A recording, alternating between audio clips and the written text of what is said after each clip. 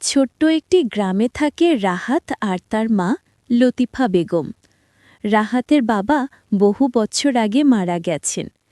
তখন রাহাতের বয়স মাত্র 4। তারপর থেকে লতিফাই রাহাতের মা বাবা সব কিছু। দিন রাত খেটে মা ছেলেকে মানুষ করেছেন। অন্যের বাড়িতে কাজ করে, সেলাই করে, কষ্ট করে ছেলেকে স্কুলে পাঠিয়েছেন। ছেলেটিও মায়ের স্বপ্নকে নিজের চোখে বেঁধে বড় হতে থাকে। রাহাত বড় হয়ে শহরে চাকরি পায়। প্রথম বেতনে মাকে একটা শাড়ি কিনে পাঠায়।